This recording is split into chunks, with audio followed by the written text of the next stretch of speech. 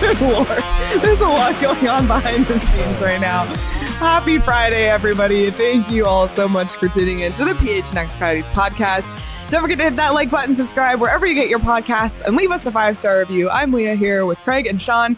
Petey was going to come in today, and then we went to dinner last night, and that was enough social interaction for him, so he's staying home today. Well put. I was going to say hangover. That's better. But more accurate. Petey will be calling in at the end of the show to talk about said dinner. I wonder if he'll be wearing his Shady Rays. Yeah, right. But anyway, how are you doing, Craig? I'm okay. The animals were active last night. Put it that way.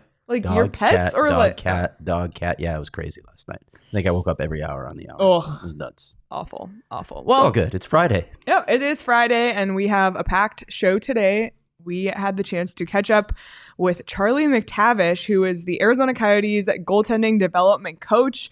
Obviously, the Coyotes added a ton of goaltenders this summer, so we had a good conversation with him the other day. And shout out Charlie for being flexible because seriously. We were supposed to have him live, and then the Logan Cooley news broke, and we had to shuffle some things around. But we're really excited to show you guys our conversation with Charlie because it's really insightful. Yeah, and this, I mean, I know people read my stories and they know that I talk to the development staff, but not only are these guys really good at what they do, and they've obviously invested a lot of resources for the first time in this franchise's history in a development staff, but for me personally, these guys are all really good quotes. They give really good insight into what they're doing, which helps me so much. And I think that will come through with Charlie today.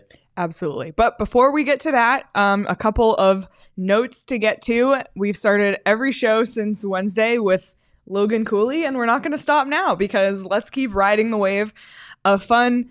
Logan Cooley spoke to the media yesterday in his, post-signing availability, if you will. And Craig and I had the chance to be there. Craig asked some great questions, and Craig, okay.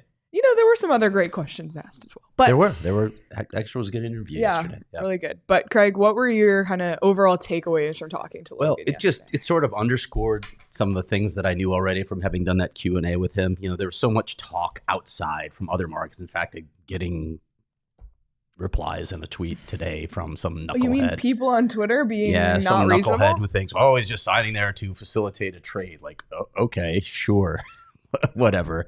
There's still this narrative that, he doesn't want to play there. He was going to go 4 years of college and somehow become a free agent, which he literally just laughed at when I brought that up. Yeah. There was no chance, as he said, of that happening. It was just about whether he was going to be able to chase another national championship, get a little better as a player. But all the time that I was talking to him in that Q&A that I did earlier this month, just had the feeling, you could just sense it in him. He really wanted to turn pro. He was just looking for an opening. The arena thing, I think, threw off the entire camp. We know the Bartletts represent him and Clayton Keller. It threw everyone for a loop. They're wondering what's coming next. And you can't really say that that's resolved by any stretch, but all the moves that Bill Armstrong made, Logan's visit here, and then just starting to think more and more, do I really want to go back to school again? They lost a lot of players off that roster last season, so challenging for another national championship was going to be difficult anyway. And as he said in that Q&A, I'm weighing some things still, and the scales tipped in the Coyotes' favor, and here he is. Logan Cooley will be on the ice at Mullet Arena next season. Wearing number 92 for those who are ordering jerseys. Yep. I know Tim already had to change his jersey order. But yeah, on Wednesday we talked a lot about the potential reasons. You just listed a few, but he actually said in the availability yesterday, the moves that were made in free agency and the coaching staff. And the coaching staff comes up again and again. And I think there's this misconception around the Coyotes organization about all this dysfunction, and there is on the business side, but the hockey side, and I think this is what people forget, and it's unfortunate that the two are associated so closely. Of course they are. Of course they are. And who holds the purse strings, right? Yeah, exactly. I'm not saying that they should be separate, but for the players in the locker room, we heard from Troy Stecher, we then heard from Logan Cooley, it's so clear on the hockey side that the way this team is moving, it's exciting. Yeah. The coaching staff has been great to the players. There's a lot of excitement with the prospect pool, the development staff, and I think that's felt. And when Logan Cooley was here a few weeks ago, I'm sure he felt that. And as he was weighing this decision, enough things tipped it over that way. But I just thought it's interesting. Once again, Andre Tourigny comes up as a reason for coming to this team. So it's just further, bolstering his resume, and hopefully we'll get an extension. PD and I have been talking about this so much. We've both been around this franchise a long time. It's tight. Hockey ops is tighter than it's ever been. And part of that in the past has been a product of resources. And you can say, what you want about spending in the roster, those sorts of things. And listen, there's reasons for it. They're playing at Mullet Arena. They're learning to run lean right now while they try and build this thing. So there is some logic on the business side. But when you look at hockey operations, right when Bill Armstrong comes in, he identifies scouting as a critical area. Hello, it hasn't been enough of an emphasis in the Coyotes' history. You look at the past drafts, it's pretty clear that they didn't have the resources devoted to it. They do now. You take another step forward. Well, actually, you bring in Andre Tourigny as your coach, and clearly that is making an impact because you saw the entire core, basically the entire core, other than Jacob Chychrun, take a major step forward in their progression. And then you invest in development because it's at that stage where you have enough prospects in the system where you need to. You get Lee Stempniak in charge. You get guys like Charlie McTavish or Curtis Foster or Jeff Shantz. I'm forgetting people. Sorry, I'm just blanking right now. It's the waking up every hour. Yeah. But you're investing in those resources. You need to invest in those resources, and they're doing it. So it's nice to see things done the right way. And then the last thing is the plan, right? The rebuild plan. Some people might say they might be jumping things or taking things forward a step too far this season. I'm not sure I agree with that. I mean, there's no guarantee that they're going to be in a high draft position next season. Maybe you can make the argument you need to do it one more time. But again, you have to keep the core satisfied as well. You can't just keep telling these players like Clayton Keller and Lawson Krause, sorry, going to be another year. We're going to be terrible. We're just trying to accumulate draft assets and draft as high as we can. At some point, they get tired of it. So you have to make concessions. It's a balance. It can't just be this black and white. We're going to keep getting high draft picks. We're going to try and get that center and that defenseman that we need, maybe still on this roster. You have to make some concessions. The job isn't that simple. Yep. And PD in the chat said, not sure if it's true, but I heard walking and talking changed his mind. I did say that yesterday. We'll let that rumor swirl. Okay, moving on from Logan Cooley, and don't worry, we'll talk about him lots more this summer. But the big thing coming up this weekend is Jack McBain's. Just want to say Nathaniel Brooks too. I was blanking. Sorry, Nathaniel. Just didn't get much sleep last night. Okay, so just wanted to throw that name out there. Jack McBain's arbitration date is this Sunday, July 30th, and today Elliot Friedman revealed where the team and the player are at this point in time. So per Elliot Friedman, the team is currently proposing a 2-year deal with $1.2 million per year, and McBain is 1-year deal, $2.25 million, which I think is interesting. Usually I feel like the player wants more term. Yeah, I guess it depends on the situation. It does, actually, because you saw there was a similar situation earlier this summer. So it's going to be somewhere in between, right? If it goes to arbitration, which is until Monday. Right now, Sunday. What's that? It's Sunday. Sunday. The 30th is Sunday. It is Sunday. Yeah. Wow. Yeah.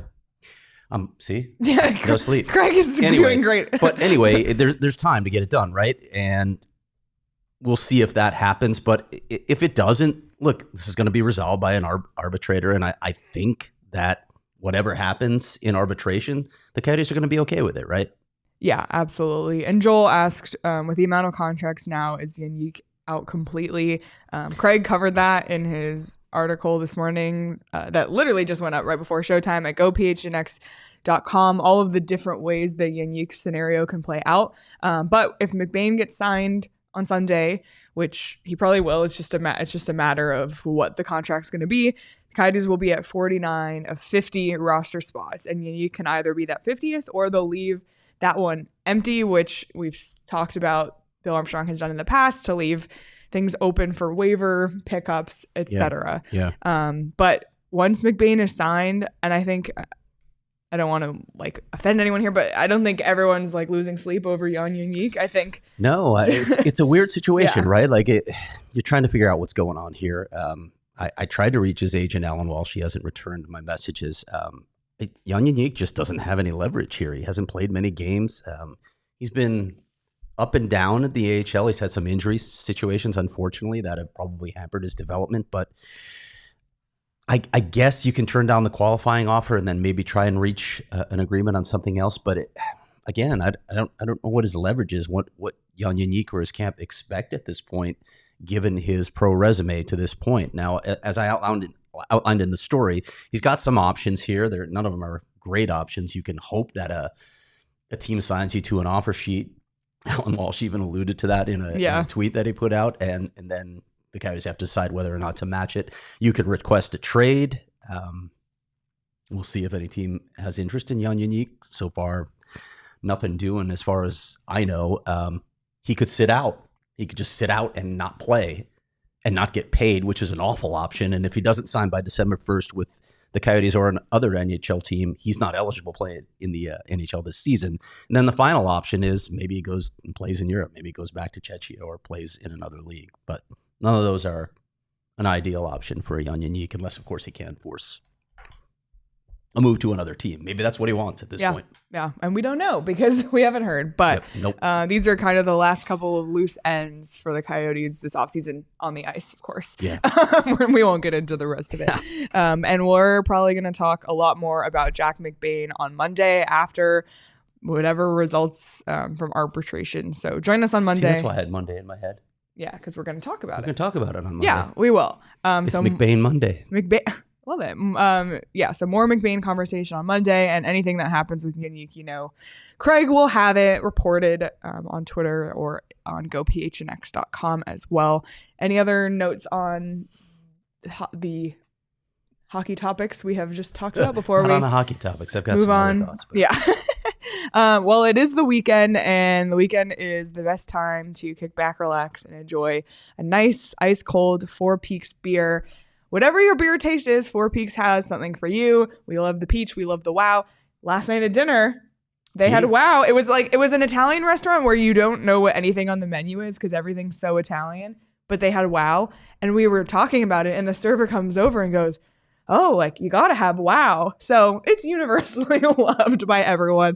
He had a beer. He did. The rest of us, I think, we went wine. We had bottles of wine on the table. Bottles. Plural.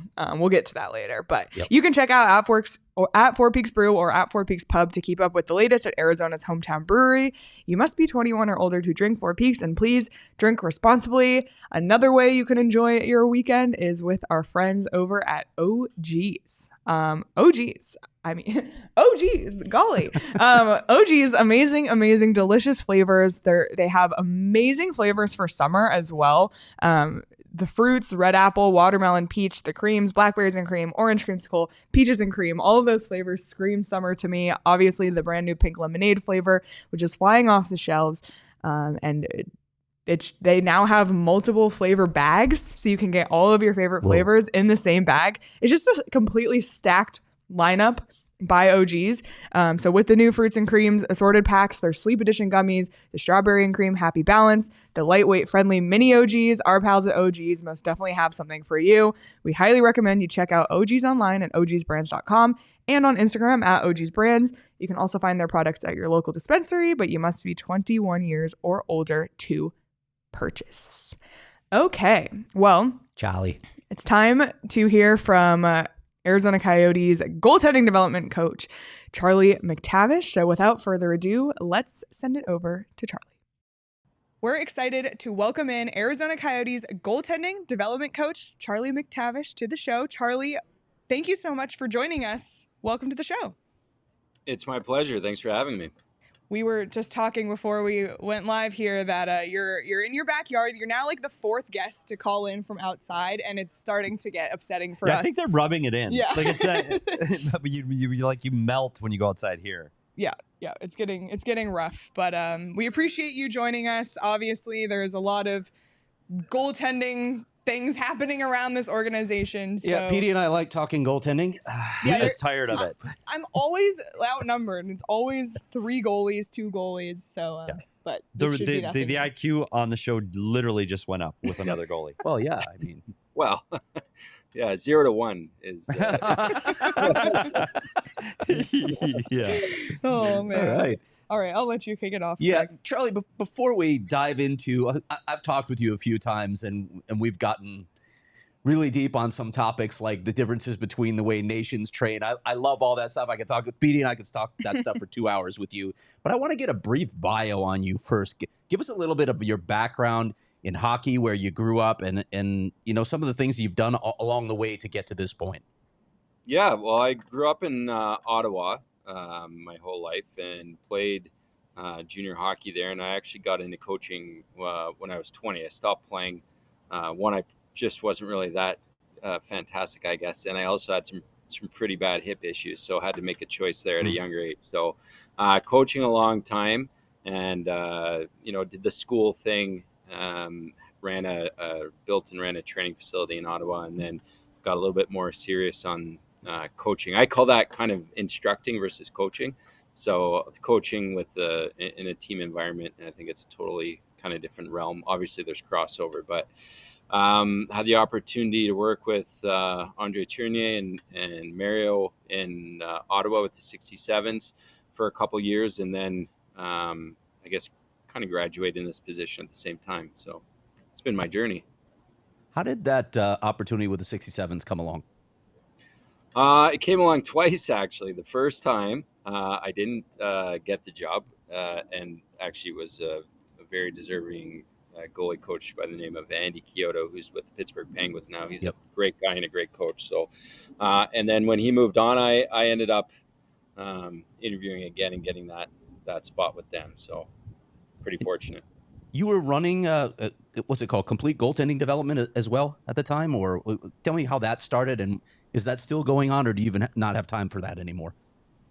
Yeah, at the time, I guess I was scaling back a little bit when I joined the 67s, but I had been running that for about 12 years. It was a goalie school in Ottawa, and we trained out of we literally built our own ice facility. It was like a studio ice, about 74 by 56 foot wide, real ice. And there was a gym and a physio and different training kind of mechanisms there. So that took a large part of my time, but by the time I ended up with the 67s, I was able to step back and let other guys take the realm. And I don't have any involvement, but it is still running.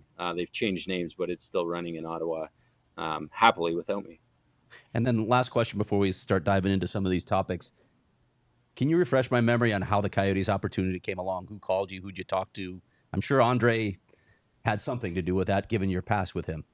Yeah, I mean, as far as I know, it was simple as they needed somebody. They were looking, I guess, and interviewing a lot of people. And Andre just gave me a shout and said, "Hey, they asked if I knew anybody," and said, "Yeah, Charlie did I guess a half decent job in Ottawa with me, so that that candidate if you want to interview him." So that was probably my foot in the door, and that's how I kind of got started. I'm guessing the term half decent probably didn't get you the job. You probably said something else other than that. So. Oh man, we had some good runs. We had a couple good years there. So oh man. All right. Well, let's dive into the Coyotes, and there are now 7 goalies to manage in the system right now. We saw a ton get drafted this draft. Matt Vielta got added at free agency. For you, is that daunting that there's this many goalies are in the system? Is it exciting, or is it a little bit of a mix of both? Well, it's exciting for sure, and it'll not change my job, but I'll just have to manage my travel and my time a little bit differently and allocate myself in I guess all over the world at different times. So no, I think it's really exciting to have those guys in the system and some new blood, and adding Matt Vielta to the organization. I'm excited to get to work with him. So no, I'm excited about it. So how did you approach this? Because I know when you talk about working at goalie schools and you're talking about players, it's kids 8 to 15, you're teaching them the basics. Now you're getting goalies that are fully formed. They have their styles. They have the way they play. How do you approach teaching and educating them now that they're older? Well, there's definitely still a technical kind of foundation to it that you'd probably be surprised on how much that is still a part of the coaching of the game. I actually think as the game gets faster, you need to simplify it so those basics really are the foundation of everything, because you don't have time to do anything extra. And then obviously kind of perceiving the game, trying to slow the game down mentally, visually in front of you. So you're not always overreacting and feeling like you're behind the play. I think that's a huge learning curve for these guys. So the ability kind of to teach that part of the game, and I mean, Corey Schwab's I think one of the best guys at that, and I've learned a ton just working with him over the last couple of years. So that's kind of one of those hurdles I feel when guys kind of get into the professional level. It's learning how to manage the game and slow it down so they can use their skills to give them the best chance. I want to dive into those guys a little more in a moment, but with the 4 new goaltenders that were just added, Leah mentioned Matt Vialta for the AHL, but then the drafting of Michael Robel, Melker Thielen, Carson Musser. How much do you know about those guys? And then how do you get up to speed when these guys are scattered all over the globe? Is it going to be video? You're going to do Zoom calls with them? You're going to get some face-to-face meetings? How does that whole process work now? Well, I think our development camp's a great kickoff to that. You get to meet the guys right away in person, have conversations, jump on the ice immediately with them. So there's no kind of downtime from when they're drafted to that, meeting them in person. So I think that's great. And then from then on, I use that week to kind of develop a little bit of a plan and a schedule over the summer, try to touch base with all their people, their coaches, their strength coaches, their head coaches, goalie coaches, all that stuff. So doing the due diligence there, and just try not to do too much too fast, because they're kind of halfway through their summer, through their process. Just want to make sure they're on track at that point and slowly develop those relationships. And then with a guy like Matt, actually, just luckily for me, he's only a couple hours away. He lives north of Kingston. So I have had the opportunity to see him on the ice. Actually, ironically, we were both in Ottawa, even though we both don't live there. So I was on the ice with him there, and had a couple conversations with him. Actually, he was in Sault Ste. Marie when I was in Ottawa with the 67. So I'm pretty familiar with him from going that far back. And obviously playing him in our Division 2 for the last couple of years. So although we had never met, I think it was a really easy transition, because I think we had, I'd watched him play many times, and I think our names were familiar with each other. So just getting into that process a little bit more. When Brian DeCord was here, he'd sort of coordinate the entire goaltending department. He's not there now. So will you have more travel because there are more guys to look at around the globe? Will you split that up with other people? How will all the duties be divvied up for the goaltending department? Well, yeah, definitely, to answer your question directly. Yeah, there'll definitely be some more travel this year on my end than there was prior, just having to go to all those cities where we have guys. But also, it's just, it's ended up being a big team effort. And I think one of the advantages of working in, to be honest, I don't know if we have the size of our staff comparatively to other teams in terms of goaltending, but we have our scout Clay, Schwabi is our goalie coach, and then myself. So it's kind of nice. We can stay nimble as 3. We meet on a conversation, the 3 of us, every month throughout the year, just to make sure everybody's up to date on each other's responsibilities and roles. So as we grow closer to the draft,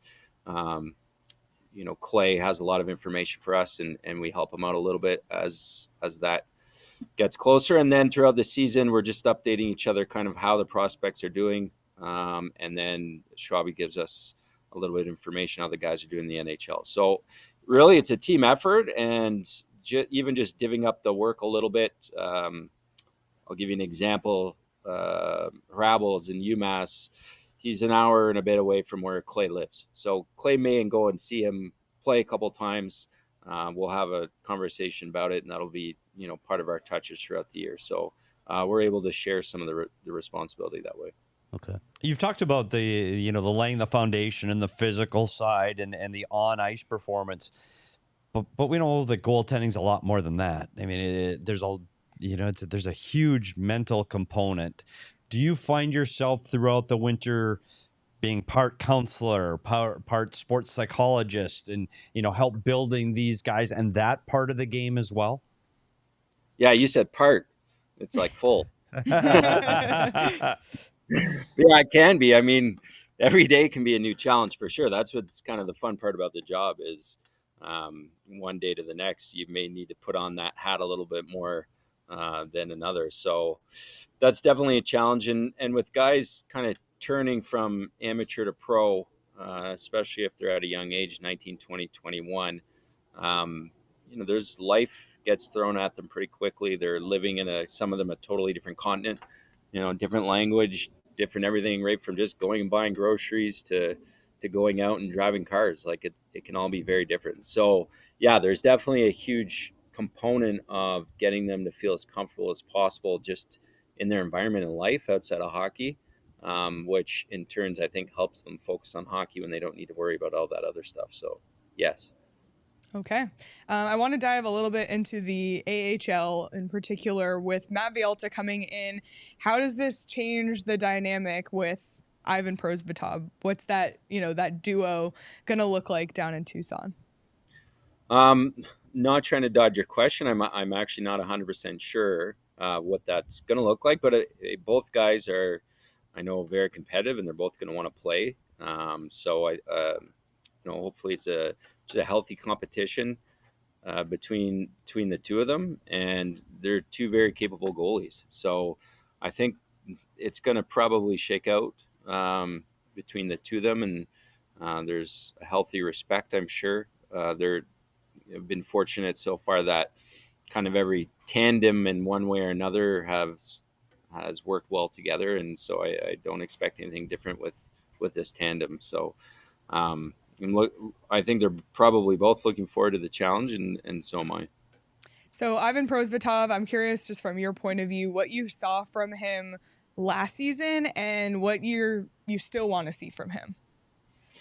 Well, I saw some more consistency in his kind of the fundamentals and how he's adapted the technical part of his game to that level. I think he's found a bit of a formula that's working for him. Now I think it's just a matter of being really consistent with it day in and day out.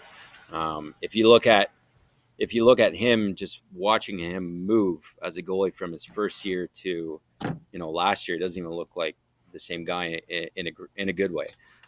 So he's done a lot of work to get himself to that point from a structural standpoint, which allows him to play at that level.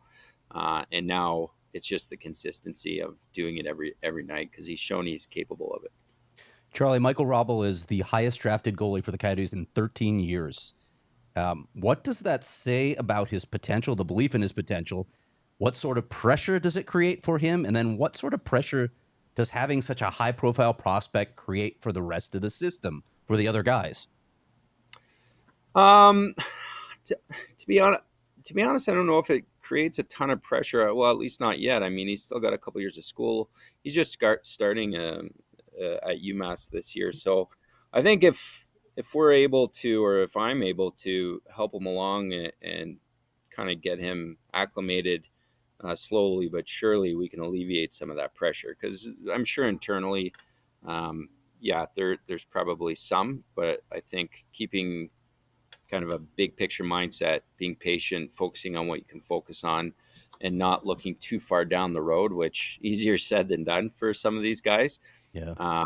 Just keep their mind where their feet are at all times is the trick. But that's part of the development process in any position. Guys, they want that next thing now, and they want to get called up, and they're all super competitive people, and that's what makes them great. And sometimes they just have to be a little bit patient and trust the process and trust themselves within that process. So I think if you can do that, him and all our prospects, they'll be fine. And it's great that we were able to get a guy in that spot, and the next two, they're all fantastic picks.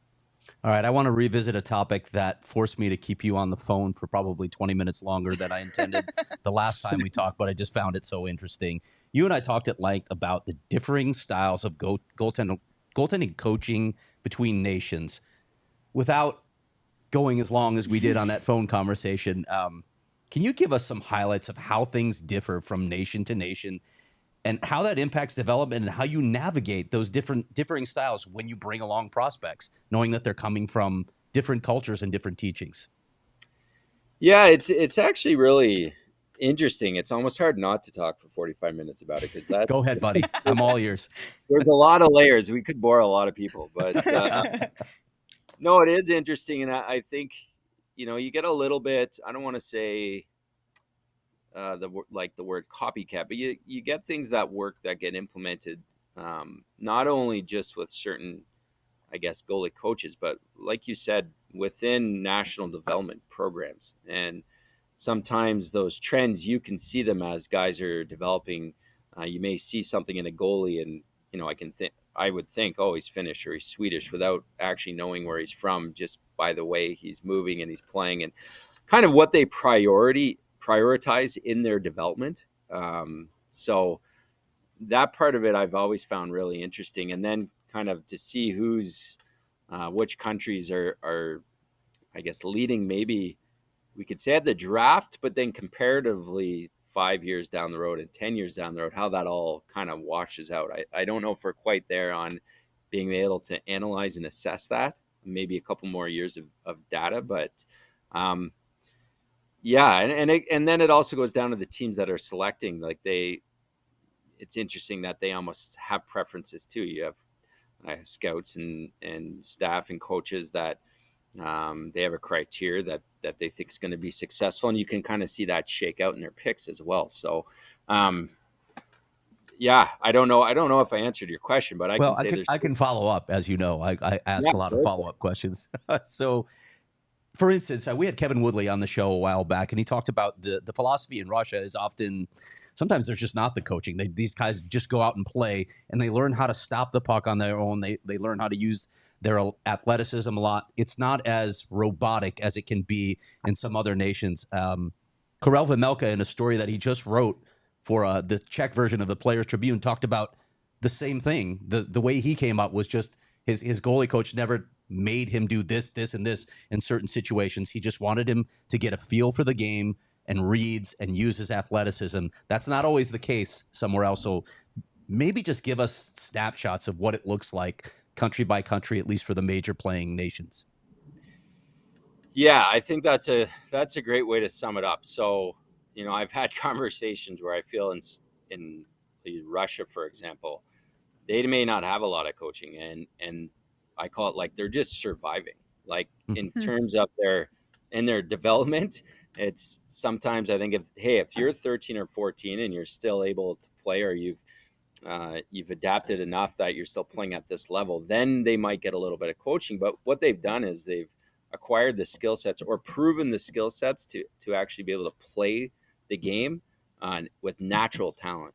And I often will refer to natural talent versus manufactured talent. So kind of what you're talking about there with Kevin is they're being rigid or robotic. I call that manufactured talent. So you can look really good and move really good, but at the end of the day, do you have a natural ability to see the puck and understand the game and make the saves with like instinctually? So what I found is, we'll use Russia as example. Some of those guys, they come over to North America at 14 and 15, and they wouldn't even be there if they didn't have a natural ability already. So now they get a foundation of structure and a bit of technical coaching, but you're layering it on a natural ability. Whereas I think guys in North America, and I'll call out my own country, Canada, we coach them from such young age that they can get by to a certain level with a lot of coaching and a good structural foundation. And then they get exposed at a bit of a higher level because they don't actually have the natural ability to be able to play the game at that level. And that's where Charlie, this is where I get frustrated, and I'm an American, and the North American style, and I see it here in Arizona, we don't have the pool of goalie coaches. And so they haven't played the position, don't understand it. So they go to the internet. And I see, when the puck's here, I go down. When the puck's here, I stand up. And that's where I think you really start to see that robot. And I watch it, and when you see goalies 15 to 18, I can tell. Craig and I've looked at guys. Here's where he got coached. The puck is there, regardless if it's his teammate, what the situation is, he's going down. And I think that I think partly is because there just aren't enough knowledgeable, qualified goalie coaches. It's just guys, hey, and again, you got to take the coaching you can get. But I agree with your assessment completely. And here's where I have to bring up my favorite topic. If I didn't talk to a goalie again, I didn't bring it up, I'd be remiss. I've talked about this with Corey Schwab a lot. The RVH drives me absolutely bonkers. If I see a 6'7" goalie get beat from the wall at the goal line over his shoulder, I go out of my mind. I know it's essential. I know you need it. What are your thoughts on the RVH? That could be a longer debate than our last question. Yeah. You get a couple goalie coaches in the same room, and we all have a different opinion on it, I think. So,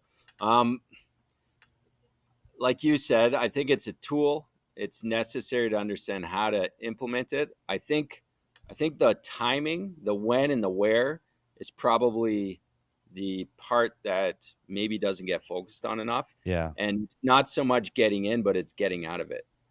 And that's where I find, and once guys are in it, a lot of times they have this attitude like they're taking up all the space and they're blocking, quote unquote, where I think you can put yourself in that position, be confident there's really no net to shoot at, and still have the ability to react in a useful way without exposing or giving away holes by over moving. So I think that's kind of the connections that's lost there. And you do see more and more guys I find at that higher level getting into that position and still being somewhat in an athletic position where they can still react from that position. Yep. Whereas it used to be you just get in there and, hey, the guy had to make a perfect shot to beat you, right, which still happens, but I feel like guys are reacting a little bit more from that position. And I think the skilled players are better. Like they're guys that can hit that spot now. You Trevor Zegras and Clayton Keller. And I think that the game, you have to be able to make a save from that position because the skill level is getting so like Connor McDavid. Like he can pick that spot from anywhere on the ice. So I agree with you. I think that now they have to make a save, not just, hey, I'm here, hit me. Yeah, and well, here's the stat that we don't have though: is how many goals have been saved because they were in that position and the puck was passed cross crease in the front. And they were able to get there because they started from that position or on a wraparound or whatever. So that's always the counter argument to that is like, well, how many goals did we save from that would not have been savable? Right. Mm. All right, last question before we let you go. We always talk about goaltenders needing more time to develop. So I'm just curious, from your perspective, why is that? I think my experience over the last couple of years has taught me that you can have some kind of on what we're talking about. Actually, you can have some of the best technical and structural goalies ever, but I think it takes a certain amount of repetitions, games, and focusing on a specific game plan. I think it takes time to make a game plan as a goalie that you're comfortable with, that you can play within.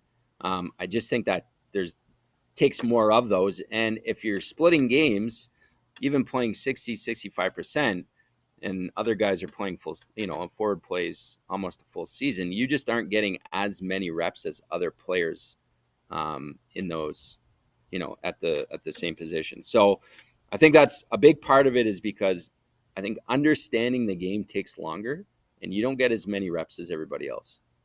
Couple of things to follow up that with. Bill Armstrong and I talked about often these draft eligible goaltenders, that year that they're draft eligible, they're going to be like in a backup situation in juniors. So it's like what you're saying right now. They're not getting a lot of games, so it's hard to evaluate them.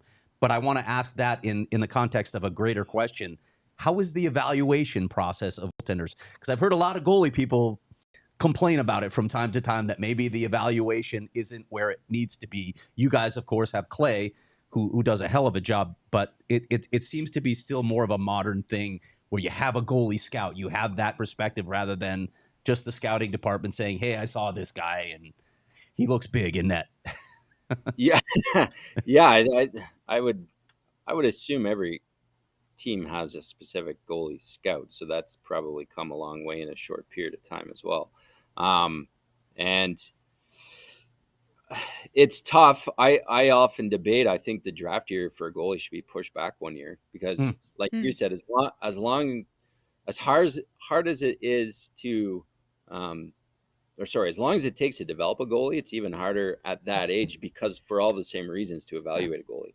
Evaluating a kid at 17 years old, often with all the same things I talked about before, life hits them fast at that age. They could be in a new billet, in a new team, in a new city. They just learn how to drive, and then 3 months into their season, we're evaluating for an NHL draft.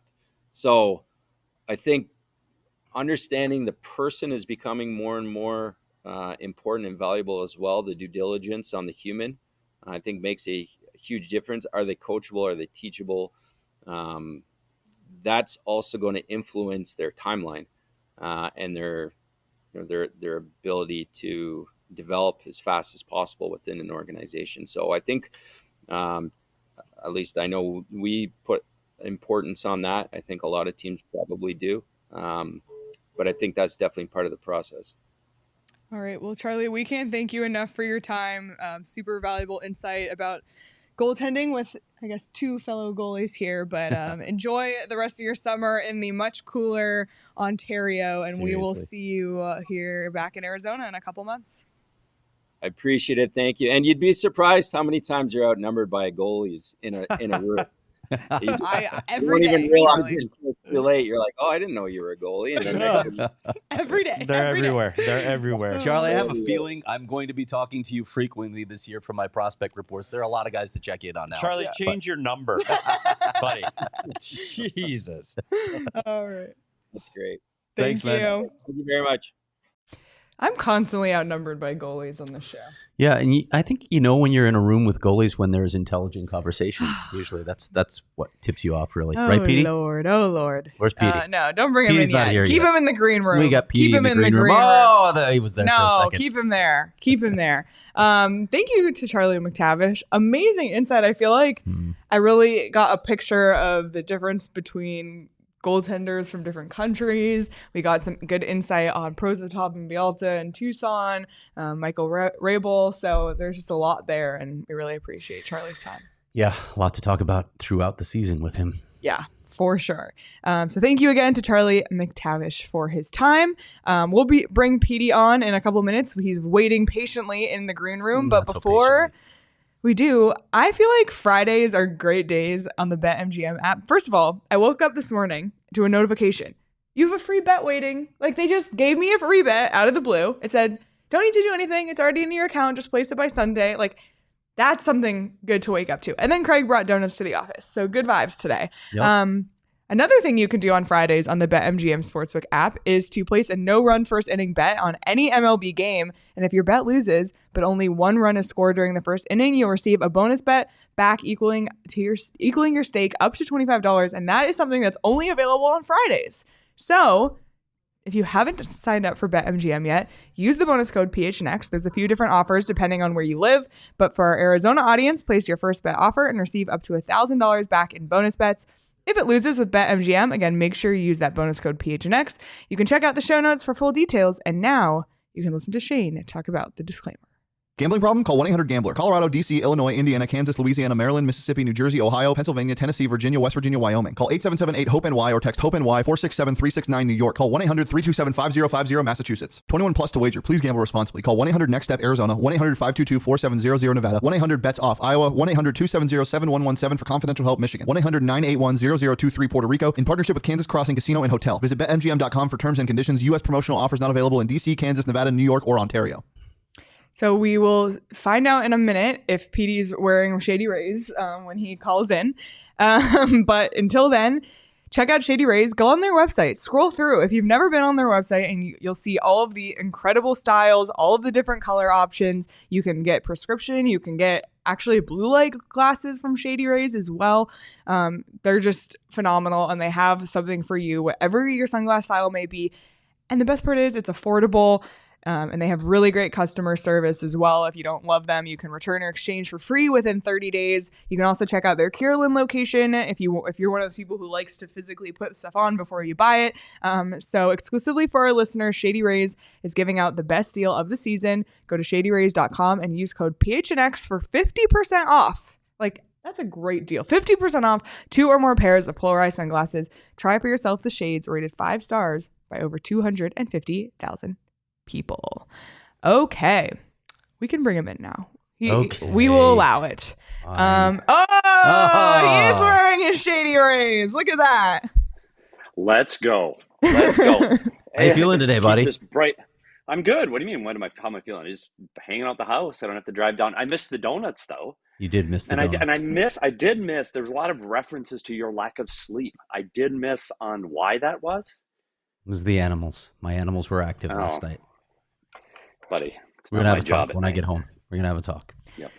So this is the point of the show on Fridays where we normally do weekend binge, but due to events, I did finish Silo, by the way, and you were right about the final 2 episodes. They redeemed the show, so now I'm watching Quarterback. Okay, this is our very abridged weekend binge. We're not going to talk about that today because last night the PHNX Coyotes crew went to dinner with spouses and my mom, and we have a photo at Pizzeria Virtue. In Old Town Scottsdale. This is our picture.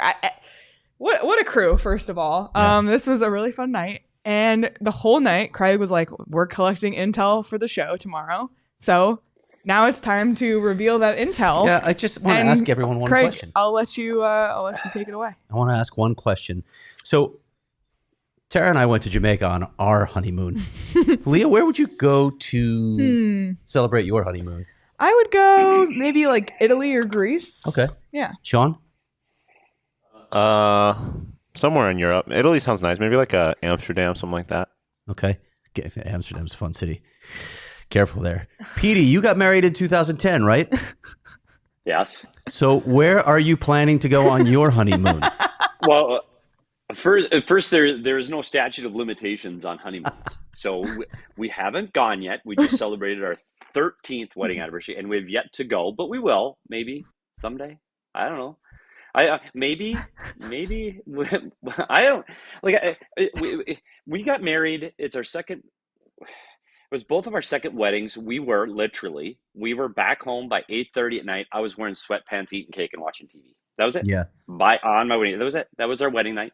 We had everybody over, my parents, her parents. That was it. That latter fact that you were wearing sweats that horrified Tara. That horrified. And they weren't even Lululemon. No, that was they weren't what even was. Lululemon. No, they were the old school ones like you'd wear in high school with the stretchy at the bottom. Sure. And stuff. Yeah, that comfortable. Was it. Yeah. Okay. I mean, what am I supposed to do, Craig? Take your wife on a honeymoon? By the way, and I'm going to take this conversation a step farther. So the remainder of dinner went something like this. Well, yeah, when we were in Nice, when we were overlooking the coast of Monaco, and then Leah's mom would jump in. Oh, yes, one time I was along the coast in England. Yeah, my mom is the traveler. Village. And then Leah's like, oh, yeah, but when you're in Italy, you say this. And I go, well, my wife and I went to Target last weekend, and there's a sale on paper towels. So I don't know, like we had literally nothing to say. We could not add to the conversation because we haven't left the state of Arizona other than visiting family for a decade. You were in Prague and Riga, and you sampled a lot of the local cuisine when you were in Prague, didn't you, Petey? Leah's mom was so disgusted with me because she was talking about all the food she's eaten around the world, and I went to Prague for 9 days, and I ate at 3 restaurants. One was an English pub that had cheeseburgers and American beer. One was a pizza joint, and the other was the Hard Rock Cafe, and that was it. I did not have goulash, and I, you know what? I survived it just fine. But so I had nothing to add to the whole conversation. It was very frustrating. Craig's wife would talk about the wine they had here and the cheese they had here and the bread they had here. And Leah said, well, do you remember I studied abroad? And I hadn't. This is getting exaggerated a little bit. Just a little bit, but that's okay. Oh, not much, though. me and DP were like, huh? Like we talked about pizza. Oh, man. Yeah, the difference, though, is Sean wants to travel. Sean will travel. He has plans to travel. Eventually. Once I have more than $3 in my bank account. What is that? What's going on there, Petey?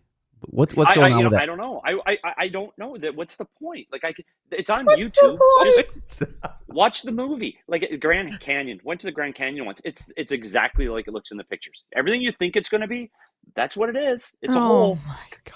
Got it. Move along. It's I am Griswold. Yep. Big Ben. Big, and that's it. It's a big hole in the ground. Move along. Like I can see it on internet and still be in bed by 9. Your wife wants to go to England. Mm-hmm. I know. She does. And you would So love we'll it have to because go. you love BritBox. So you could really I live. do love Britbox. You could live I your BritBox dream. Yeah, in when you England. go, you can reenact scenes for us, and we can just show it on Yes. one of our episodes here, Fair. one of our shows. I will. Yep. I will say this, but it was good getting out of the house, and it was fantastic company. The food was amazing, and what I did realize is there are restaurants outside of my comfort zone. Like about my 2-mile radius from my house, they have other restaurants. It was fantastic. And it was Petey's, really Petey's really wife good. was like, "We got to move to Old Town Scottsdale." I know. Yeah, thanks for that, guys. Appreciate that. So now we'll be looking at condos and apartments in Old Town here in the next couple of days. Great, appreciate you. Oh man, but it was a lot of fun It was last a good night. time. It was great. Robert said they did their honeymoon in Louisville, and they stayed at a hotel with a rotating restaurant at the top. Nice. Because that- Robert was in the military when they got married. I remember when those were the big deal, Robert. Actually, I've been in a couple of those. Yeah. It's kind of cool. I love that stuff. Yeah. Yeah. Lee, have you done that? I did that in Duluth, Minnesota. They had one, and it was a rotating No, restaurant. I might have been to the one in the CN Tower when I was younger, but I don't know if that's true or a false memory. You know, when you're like, "What's that Yeah. a thing?" Or is that something I wanted to do? You know, it's like when you were too young. And oh yeah, Michael said walking and talking with Petey in England. You could just interview British people about hockey. Will the company pay for that? Probably not. No. It was really. I tell you, the other thing that was interesting at dinner last night was the it's not even 6 degrees of separation. It was 1 degree of separation. Leah's mom worked for a time at the Arizona Coyotes the same time I did, and it was during the lockout, and we were literally in the same building at the same time. I was on the right side of the office, she was on the left, and I never met her. And that's a very Isn't true that story. so we knew weird? a lot of people, and I probably bumped into her in the hallway, and we like literally knew all the same people. We just didn't know each other. Very, very, very strange. But it was neat. It's cool. Well, And then your connection to Jackson. Good talk. oh yeah, Right? and then and then like when Petey went to stalk me on Twitter when we started this, and he didn't know who I was, and he clicked on my Twitter profile picture, and in the background of my picture was his son, Jackson. My son, just random. Yeah, they're crazy. That's Oh true. yeah, the Watt said you can meet up with Liam Kirk in England or Brendan Perlini. Perfect. That's right. Go to Sheffield. Yeah, we can. I think we can punt this into a work trip, PD. Okay, I'm in. Yeah, you can I'm write in. part of it off at least. Okay. Well, I this was a great way to do that. We should do this show like this every day, where I just come on for 5 minutes and I just visit. I like that part of the show. This is fun. I don't have any objections. Yeah. Are you wearing sweatpants right now? No comment. Okay. Let's not go any Joel further on that said one. Joel and Christina went to Hawaii. That's a good honeymoon That's a good spot. Yeah, Yeah. That is good. I want to go there. I've never been. My mom was talking about Plane rides. the oceanfront Plane- VRBO they stayed at Mm. in Hawaii. Plane ride's too long. Plane ride's way too long. It's got to be shorter than that. Oh Too boy. far. All right. Any other takeaways from last night? Sean, you got anything? No, it was just a very good time. I enjoyed it. Yeah, the food was amazing. Food was amazing. I'm not sure. Did Sean taste his food? He did eat quite quick. Like the guy that set it down, the waiter. He set it down. I turned to talk to my wife. I turned back, gone. Like, buddy, gone. How big were those Like, pizzas? They're big. They were And he big. ate his- This was not a personal pan or like a personal size No. pizza. This was like This was a shareable. it was like a medium pizza. Yeah, like Sure. more like a 15 Sean inch is or like, something like how that. tall are you? 6'2"? 6'2". Yeah. Sean that's is fair. a 6'2", 25-year-old Yep, that's fair. And he man. So crushed it. yeah. He did That's what I crush that do. pizza. Oh boy. All right. Well, we will wrap up here. We hope you enjoyed hearing Leah, our judgmental takeaways. Yeah. before you go, I have just- two I was more gonna do ads. this- I have two more ads. I know part of it is Oh. part of it's going to lead you into an ad, or I can do it when you do the ad. Remember? Do we wait talked till I about do that. the ad. Okay. Because God knows Pete didn't look at the rundown to see the ad order. No. Well, the one thing about when PD stays home is Craig and I get to sit in the commish, which is a nice change of pace. And I love our set here because we have all of our bobbleheads, We have this really cool. Yeah, that thing's awesome. This thing is Just lay that so front cool. and center. Yeah, and we put a Coyotes hat on it, of course. And all of this is from our friends at FOCO. They have amazing Arizona merchandise. They're the leading manufacturer of sports and entertainment merchandise with a product line that includes apparel, accessories, toys, collectibles, novelty items, and more. They always have your back for Arizona sports, so get the best gear around by visiting foco.com. That's FOCO.com and using code PHNX. And for all non-presale items, use the code PHNX for 10% off. Okay. Now I'll give you the floor, PD. Okay, we talked about this, and if you missed the Die Hard meeting on Wednesday, it's too bad because it was a lot of fun, even though we had some tech hiccups. It was a lot of fun, but Die Hard's got to take a look behind the curtain of what goes on in the NHL in the video room. We had some conversations of some things. Fucking Saul. Is that whose arm That was was Saul's that? hand. Saul? He didn't like that it wasn't centered in the table. So he came out of his office. So we told a story about an embarrassing moment that I had while I worked for the Coyotes in Washington, D.C. And I promised the video, if I could find it. I have found the video. I will, as soon as the show is over, I am going to put it in the Discord. I'm not going to tell any more of what the story is. If you saw the show, the story would make the video extremely funny. If you don't know the story, you absolutely won't get it. So you need to become It's still diehard pretty funny, so though. you know what's going on. If you know, you know. It's So the funnier. video It's I'll funnier drop with immediately context, after. but it's funny. One of the great perks to becoming a diehard, Craig once again was dropping off the record information in the Discord. Which, by the way, we warned everyone: if you post that on Reddit or anywhere outside the Discord, you might get kicked out of the Discord. Just so you know, we gotta keep it secret. Everyone, the majority of people have done amazing, not doing that. But for the one or two of you who have, we're watching you. But tons of great perks to being a diehard. I think this week was so fun with our diehard only hangout on Wednesday night, hosted by PD. It was so much fun. Just one of the many perks to being a diehard. Obviously, access to our Discord. You get 20% off merchandise, 20% off events. You get a free shirt or hat every year at sign up, and every year you renew as well. Access to Craig's diehard only content. The 71 question mailbag this week is for diehards only. So just so many great perks. And of course, be sure to check out phnxlocker.com to grab your membership and receive exclusive content discounts and access to the Discord, of course. So everyone head to Discord when we finish here to watch that video. If you know, you know. Any other notes before we get out of here? Nope, just that we'll be back on Monday for McBain Monday. McBain Monday. See how things McBain work Monday. out in arbitration on Sunday if it gets there. Yep.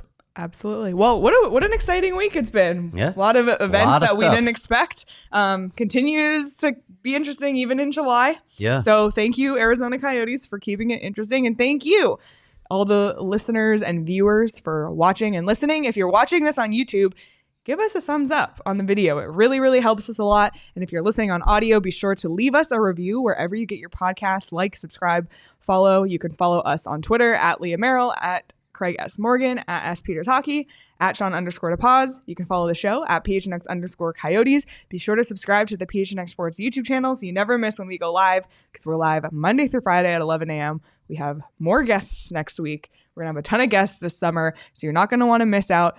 But everybody, enjoy the rest of your Friday. Enjoy your weekend, and we will see you all on Monday.